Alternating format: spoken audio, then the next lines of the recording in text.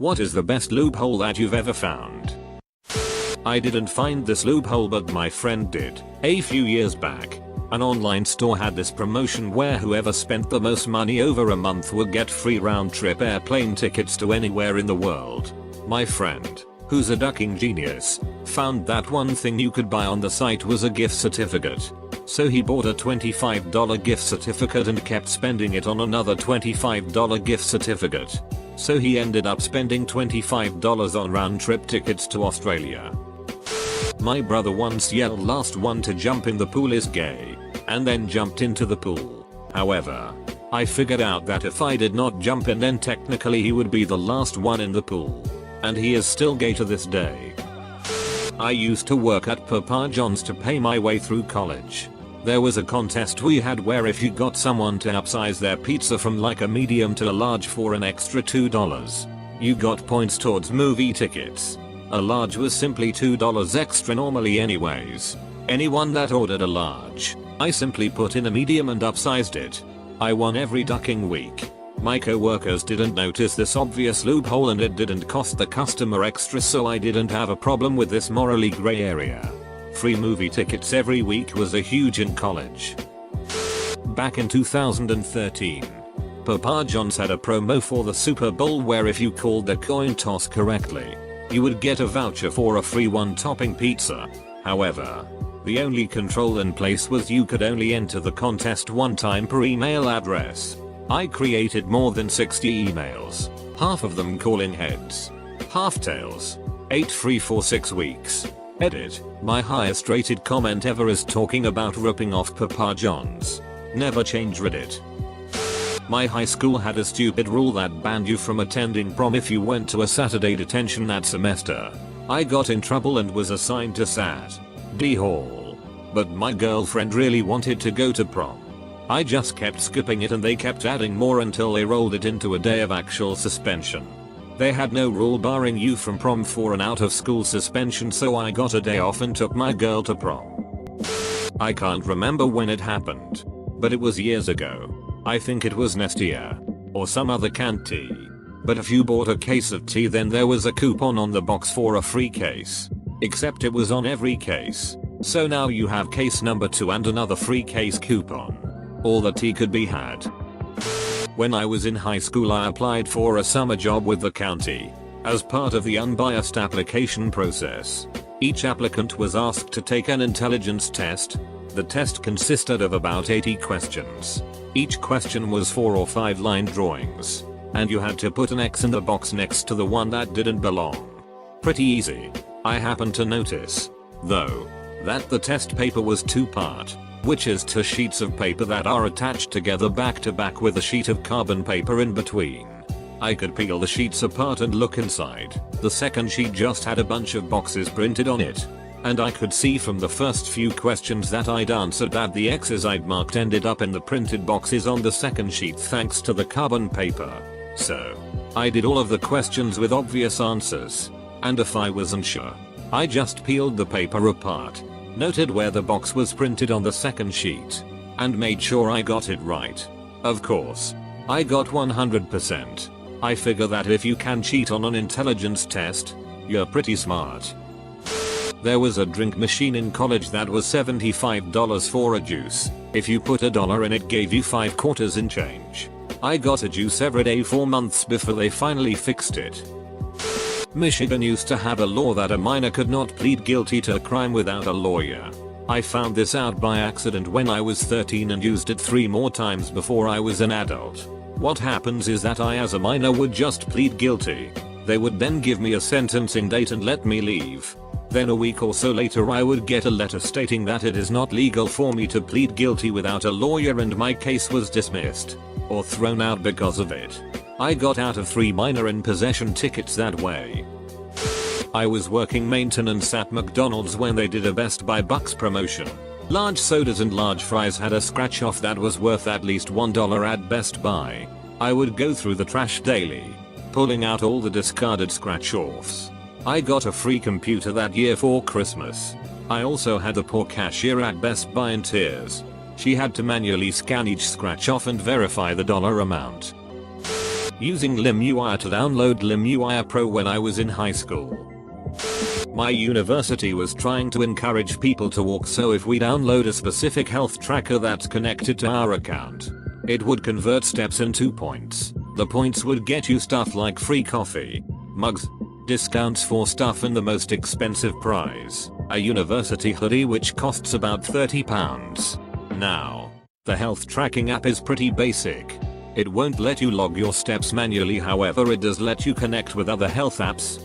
I found a health app that would let me add in the steps, and I logged in an equivalent of 50 kilometers a day, and in a few days of logging manually, I would get myself a hoodie or two, and I didn't get caught.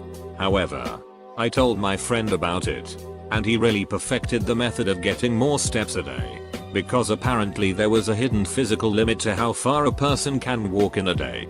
But he managed to trick it by setting his height to be 1 centimeter, and because the shorter you are, the more steps you need to take to cover the same distance.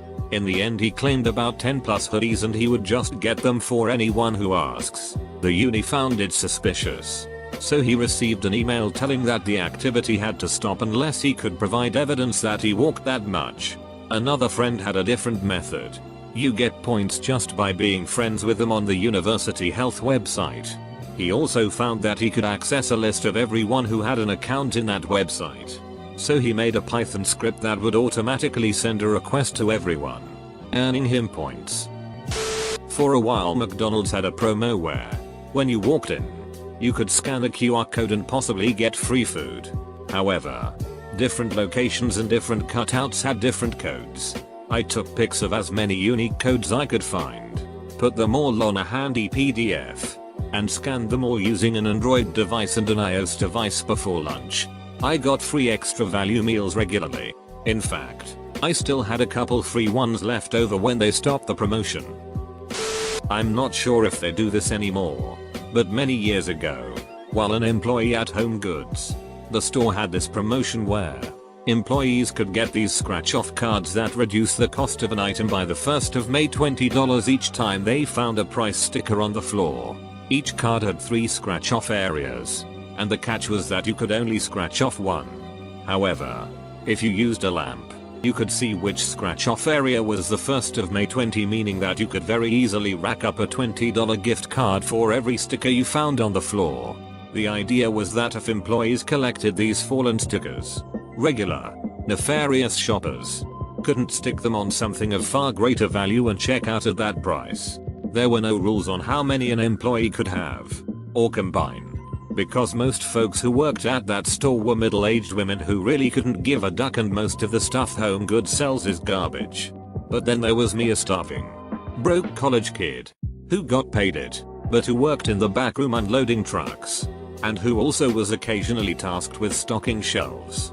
In short, I was the only person who seemed to give a rip about this promotion. And my bosses, who wanted to show their higher-ups that they were putting the corporate programs into effect, were happy to oblige each sticker I presented with a scratch-off ticket of my own. Now Home Goods, while normally a purveyor of fine garbage, also occasionally has very nice, very high-end housewares on the cheap, comparatively. These items, like cookware, linens, comforters, etc., are more often than not usually much more expensive than the rest of the store's stock, and take a while to sell. For me, the guy who unloaded the trucks, this meant that when I saw something absurdly nice, I could put it very high up into a loading bay, and just let it sit for a while, because the senior citizens I worked with would never go up to get it. At the end of a 4-month summer, I'd amassed about 1,100 in these little gift cards, and with them I bought a full set of all-clad copper core cookware. A new piece came in once a month, a queen-sized down comforter, duvet cover and sheets, pillows, nice flatware, plates and glasses, a dozen useful kitchen tools. To this day, 10 years later, I still have all the all-clad, which alone retail for $800, and some of the kitchen tools, all of it for free. Back in the day, 2 5-piece chicken nuggets at Burger King cost less than a single 8-piece chicken nuggets. Me and those 2 extra nuggets were laughing all the way to the piggy bank. Back in the 1960s, The school district in my hometown was broken up and absorbed into the surrounding districts.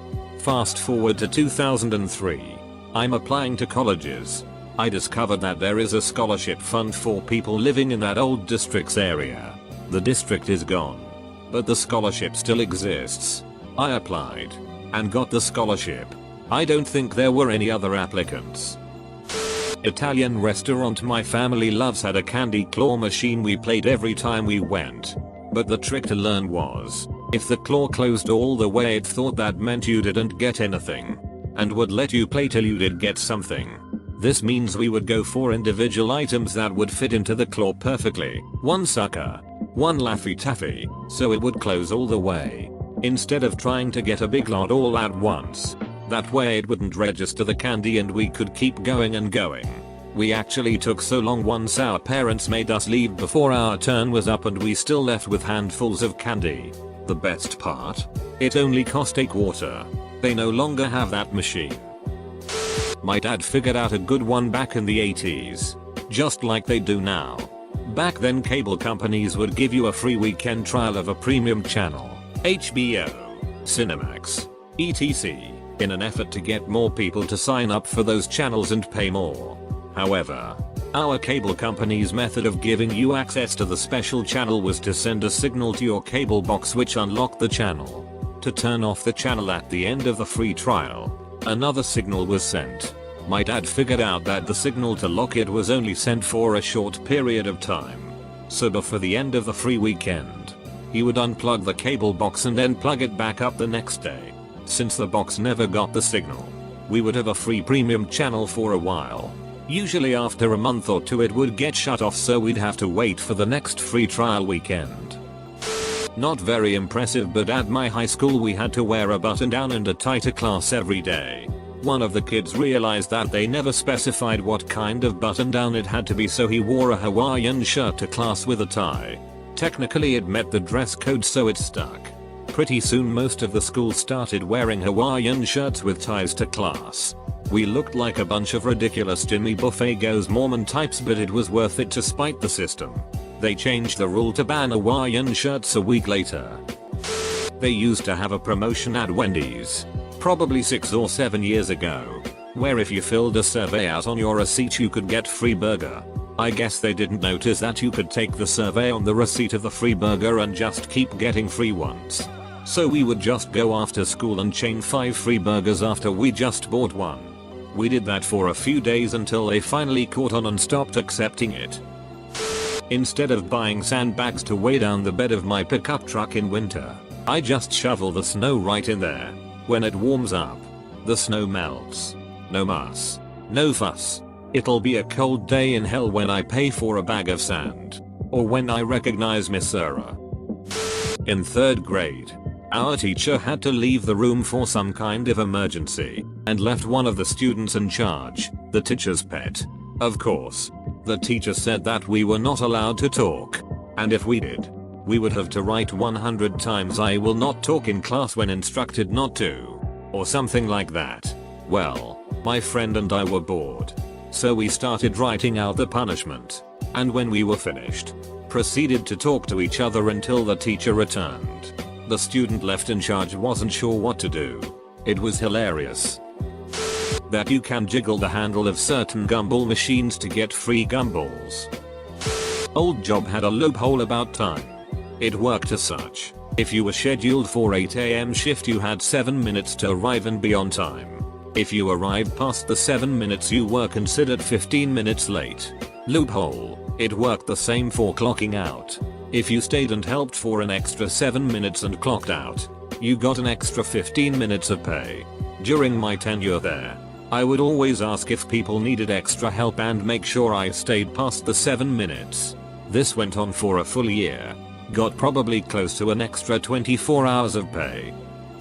I purchased a wireless keyboard at least 8 years ago, maybe 10. It's awesome. Except I broke one of the keys about 2 years later. So I contacted the manufacturer to see about just buying a replacement control key because it's awesome, and I thought just the key would be cheap. But they said it's still under warranty and they sent me a replacement. About 2 or 3 years later, A similar thing happens and I'm all set to throw down $$ for a replacement. But the replacement keyboard's warranty time started when they sent me that one. So I wound up with a replacement for my replacement. This just kept going on. I'm currently on my 3rd or 4th replacement keyboard. I've lost count. Over the years, the design of the keyboard has improved so much. The current one is not at all identical to the original K800 I purchased. But it's still a fantastic keyboard. If they would ever give me an opportunity to buy a replacement, I would. My former workplace would tell us every Monday that we had to work overtime Saturday, then often cancel overtime at the last minute. That way they didn't have to give us the minimum 24 hours notice of mandatory overtime and they could take as long as they wanted to decide if they needed us. They also got to play it off like they were doing us a favor by giving us our weekend back. It was a D move, but it was certainly effective. Math lesson. Teacher, for this project you will work in groups of less than 7. Me. So, 1 is less than 7. Comma. Teacher, okay, fine. Do it all yourself then. I got 70% on this assignment. Highest mark I ever got in group work. I used to get the train from Liverpool to Manchester every day. The fares were extortionate. £15 a day. Instead, I'd get a 30-day return on Monday in Liverpool, £20. Then on the way home I'd get another 30-day return in Manchester, £20. As long as the return tickets never got stamped, I'd reuse them. So I always had a valid ticket to travel. It helped that I was always on the first train, and the guard could not be bothered to check tickets. And on the way home I was on the rush hour train and they couldn't get up the train to check. It saved me thousands. This was before the barriers at most train stations now though, so probably a lot harder to do. When I was a kid my town had a slow bike race tournament. So the objective was to cross the finish line in last place. The key is to keep your balance. Well, the rules stated that each time your foot hit the ground you would have 5 seconds subtracted from your time. But it didn't say anything about keeping your foot planted on the ground. So once the race started I just stood there and waited until everyone else finished. Waited a good 5 seconds after that. Then just rode across the finish line. Ultimately they didn't let me win, which I think is horseshit because they wrote T rules and a 12-year-old found a loophole.